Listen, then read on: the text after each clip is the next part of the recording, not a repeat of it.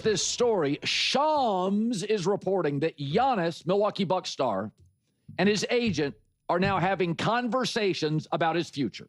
And we'll know more in the next couple of weeks. So, I mean, listen, Milwaukee's not even a legitimate team, a big-time threat to win the East. To win the East, not the West, which may have like 7 of the top 8 teams. The East. One of the reasons I have so much respect for the Green Bay Packers, they have moved off icons. Brett Favre, Aaron Rodgers. Favre still had a lot in the tank. So Milwaukee's 5 times as big as Green Bay. It's the big city right next to Green Bay. I mean, they even have in Milwaukee, they even have a Costco. And yet they act like Green Bay. Like the Packers act like a big city team. You know, they move off guys. They move off icons. They're like they're run like a big city team. And Milwaukee now, it's like, come on, man. They're terrified to acknowledge that, listen, they don't control any of their first-round picks until, I think it's 2031. And they're going to be paying Damian Lillard $20 million a year for the next 4 or 5 years. They're in a bad spot in Milwaukee. They're not relevant in the East. The West has OKC and Denver. And, I mean, go look at the West. Go look at the standings in the West. I mean, look how good the Lakers are. And we're like, yeah, they couldn't win the West. So OKC, the Green Bay Packers of the NBA, OKC, Sam Presti, moved off James Harden, moved off Paul George, traded Russell Westbrook. Those were wildly popular players. So it's just interesting to me. I think the Milwaukee Bucks need to kind of reset their draft picks. I mean, they don't control any of their first-round picks. And the other thing that's scary about that is that for a long time, for about a 20-year period, first-round NBA draft picks weren't that valuable because, you know, you were getting guys that were 19 years old. What's happened because of the NIL, college basketball now, the next 3 picks next year are superstar-level players. And then the following 10 after that could be all-stars. Over the last 2 to 3 years, have you noticed how good the NBA draft's getting? Why? Because guys like Zach Edey are staying 1 more year in college because of NIL, and the American colleges are poaching the top 12 to 15 European young guys. So college basketball is now incredibly watchable, packed with talent, loaded. The best teams have multiple NBA players. You want your draft picks. Yeah, Milwaukee didn't control any of them for like 2031. So right now, Giannis is out for a couple of weeks. 5 of the top 6 teams' records are in the West, and Milwaukee's not viable in the East. Make a move. Yeah. I hear what Colin is saying. And listen, the Milwaukee Bucks mishandled the whole building around Giannis. And they put themselves in a pretty bad spot. And so now it's like, is the only thing they can do is to move on from him. But let's not pretend like it's just easy to just make some big play and just move on from Giannis. Like there's some grand, move that you can just like, it's not like this is football where where you've had like an Aaron Rodgers waiting in the wings. It's easy to move on from Brett Favre when you have Aaron Rodgers. It's easy to move on from Aaron Rodgers when you have Jordan Love.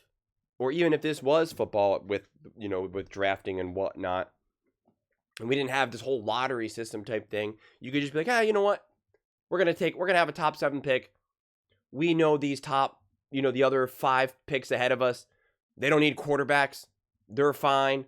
So we're going to be able to get, as long as we get one of the top 3 quarterbacks in this draft. We love Mike. Joe's a great one. Marcus is a great one, and you're just like, all right, we can build around this. We can move on from Giannis. We'll be able to draft high. We'll be able to kind of reset this clock a little bit. Rookie contract, quarterback, blah, blah. You can kind of do that whole game. It's not like that with basketball. I mean, stars come out of nowhere. Giannis out of nowhere. Curry out of nowhere. Jokic out of nowhere. SGA out of nowhere. Klay Thompson, Draymond, like all these guys come out of seemingly. I mean, we can pretend like everyone's always like, well, LeBron and Wembanyama and like even Luka. Like people, like no one really knows what these players truly become. And granted, it's similar for football, but like at least like it makes sense to draft a quarterback who like you think is going to be good. You know, you draft. Let's just use the most recent draft: a Jaden Daniels, a Caleb. Like at least it like makes sense. It makes logical sense. But with basketball, it's like, is Tyrese Maxey going to become a superstar for the Philadelphia 76ers right now? Quite possibly. Edgecombe, who now their newest rookie right now, is that the new duo in Philly? Quite possibly. And if it does, it'll be like, woo! Thank gosh that worked out. You know, you can't say that it was all according to the plan here. And so, like, that's how basketball is. It is just, you know, it's kind of funny that we say, like, oh, the lottery, the draft lottery. Like, because it's the ultimate lottery right now. It's the ultimate lottery. Now, doesn't mean that you still can't be smart how you build teams like OKC, you know, and like what Golden State has done, and even to a more recent degree right now, Los Angeles and whatnot. But yeah, I don't know, and I know there's a lot of debate now whether or not Giannis is actually injured, or whether he just like wants out. And it was kind of weird because he went down and then he immediately went like this to the bet. Like it was like very quickly. As someone who's been injured a lot, when you first get injured, you're very much hyper focused on your body and you're just like, what the heck just happened? Right? It's a shock. You're just what? Even if it's a tweak, even if it's a pull, you immediately go down and you're looking at your body and you're just like, you're trying to figure out like what just happened. You don't immediately go, oh, get me out. It's time for, come on. And he did that immediately. As soon as he went down, he went like, yep, I'm out. And it was like, oh, okay, buddy. Like, let's settle down a little bit. Let's settle down. I mean, it is a little interesting that, him and his agent have a discussion for Giannis's future with the Bucks. And then 15 seconds later, he's out. It's like, oh, okay. Normally people would just go with back tightness, and stuff. Knee soreness, but and again, I'm not saying he isn't hurt or that this isn't a play. I just know that's what a lot of people are discussing right now, so I just kind of wanted to throw that out there to see what other people's comments, how they feel about it. But yeah, Milwaukee made some questionable moves, questionable coaching hires, questionable coaching firings. I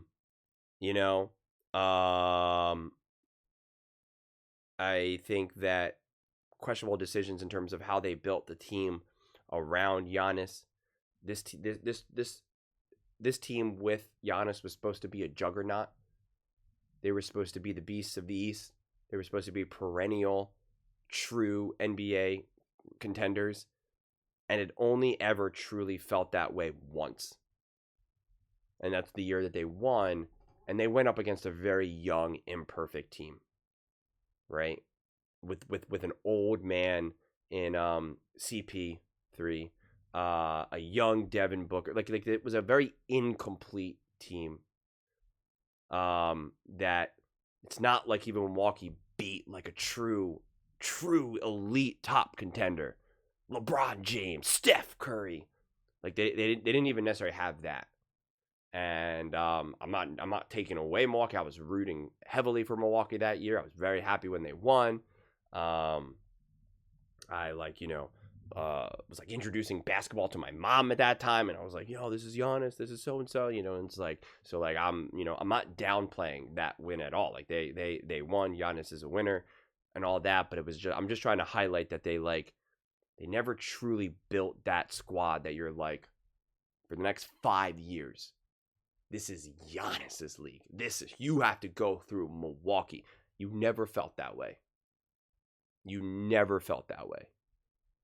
That's a massive problem. You have the literal Greek freak. And what's funny, because Colin has Greek tragedy, but he has that for a different reason. Like, it is a tragedy that Milwaukee was not able to tie this thing together. Where only 1 year did you really feel like, okay, let's go. They won, and even then it was like, I don't want to say it was given to them on a silver platter. Giannis, I think, had that 50-point game. It was making all the free throw. That was the time when like everybody was like, really like Giannis can't make free throws. Giannis can't make free throws, and he makes the free throws. And I think he closed out the game with the 50-point game, if memory serves me correctly. And like, again, it's an amazing moment, awesome moment, and all of that. And it's just like, that feels forever ago. That feels forever. I mean, that feels so long ago. And I still remember Brew came out and said, Giannis is about to go on his LeBron James run right now. And it just never happened. And they had a little bit of bad luck with some injuries here and there and whatnot, but the Milwaukee Bucks have to look in the mirror. I do believe that. Now, what does that mean for how they should handle moving forward right now? I'm not so sure. It's not an easy decision. And unless you can really hit the reset button and get an absolute haul for Giannis, where you can now really reset, then you got to just kind of do it, because whatever you're doing right now is clearly not working either. But it is just a lot harder to rebuild in the NBA. I think it's a lot easier to rebuild in the NFL, because you get that new quarterback, you get that guy, boom, everything is just birthed from that. You hire a new offensive coach, and you're like, all right, let's go, baby, let's do it. Little by little, you rework the O-line and free agency. You get a running back and a wide receiver and a tight end and a corner, and you're like, all right, we're good, baby, let's do this. In basketball, you got to draft like a 19, 20-year-old and hope within the next 3-4 years he becomes awesome. And even then, he's still a couple years away from being his true prime, because all these players really are not truly that guy until they're like 25, 26, 27. So it's just like, it's a long process. It's a long road. And it's uncomfortable to do that when you have literally Giannis. When you're like, yeah, we're going to be on a new 6-year plan right now. And it's like, it's just tough. It's a hard sell. I mean, even look at Wembanyama right now, right? Has he taken over the NBA right now? And he was like the hottest draft pick, obviously, in seemingly since LeBron. And it's just like, how close are the Spurs and Wembanyama to doing like the serious damage? They're not quite there yet, and probably not for another couple of years. And that's with them getting Wembanyama. That's with them literally getting Wembanyama. So, it's just tough. But those are just my thoughts. I'd absolutely love to hear yours. What do you guys all think? The whole discourse between Giannis and the Bucks. Is Milwaukee to blame? What should Milwaukee do? Should Giannis one out? Where should he go? Let me know your thoughts in the comments below. I read every single comment, so whether you agree with me or disagree with me, either way, let's get in some discussions. Let's get in some fights. But ultimately, let's just have some fun. And please do consider subscribing. We're building an amazing community here, and absolutely love to see you part of it. I want to build something that we all genuinely feel connected to. Something that we're really excited to be part of. I think we're well on our way to doing it. Please don't forget to give this video a thumbs up, as it really does help the visibility and the algorithm. Thank you so much. See you next time.